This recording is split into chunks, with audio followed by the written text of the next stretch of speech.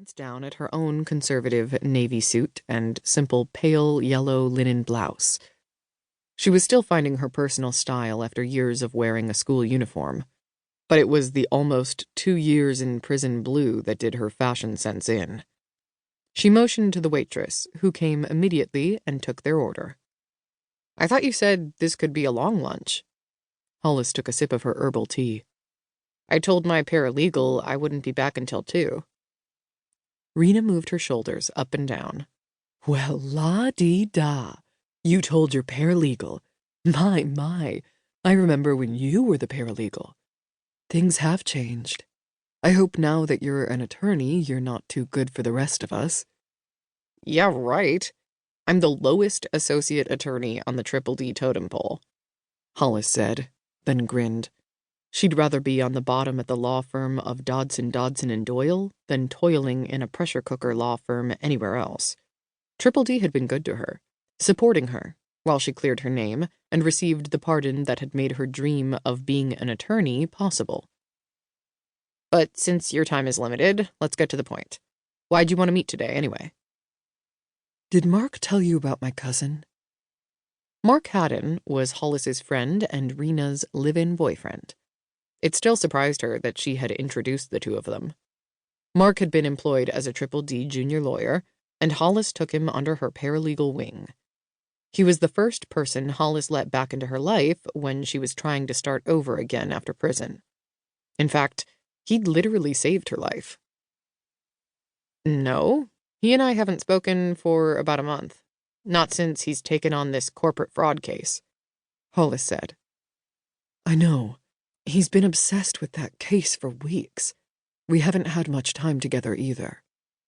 Rena mouthed a thank you to the waitress, who set a large Cobb salad in front of her. "He probably didn't want to preempt my telling of the story." Hollis perked up. Her curiosity piqued.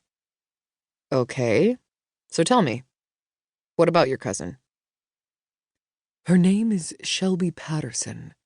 She's actually my third cousin. We share family on her mother's side. She's several years younger than I am. Her father died in a car crash when she was 3, and her mom remarried when she was 5. Daryl Patterson is a jerk, but he did adopt Shelby and give her his name. No one in the family likes him much, but he was Aunt Susan's, that's Shelby's mother, choice. They didn't have much money.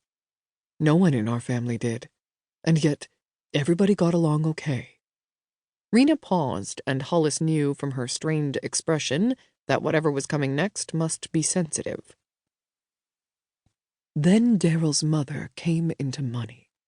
She owned some commercial buildings on land that the county wanted and got about $3 million after taxes. We all celebrated, but no one celebrated more than Daryl.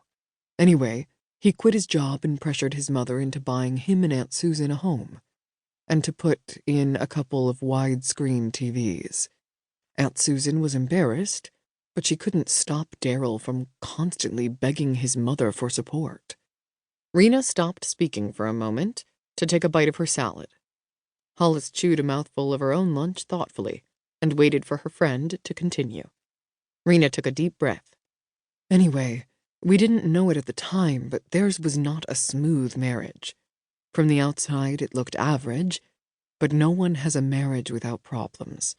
My own parents got divorced when I was 15, so it was just Mom and me until I married Christopher's father." She stopped speaking again to take another bite. Hollis knew that Christopher's father was an archetype for the bad boy. He had taken most of Rena's money, which led to her writing bad checks, which led to her going to prison, which led to her sharing a parole officer with Hollis when she got out. Hollis grimaced. Who was she to judge? Her own stint in prison was a result of her putting her trust in others above her own instincts. "When Shelby turned 12, her mom, my Aunt Susan, died of a heart attack. I was 22 and in prison at the time.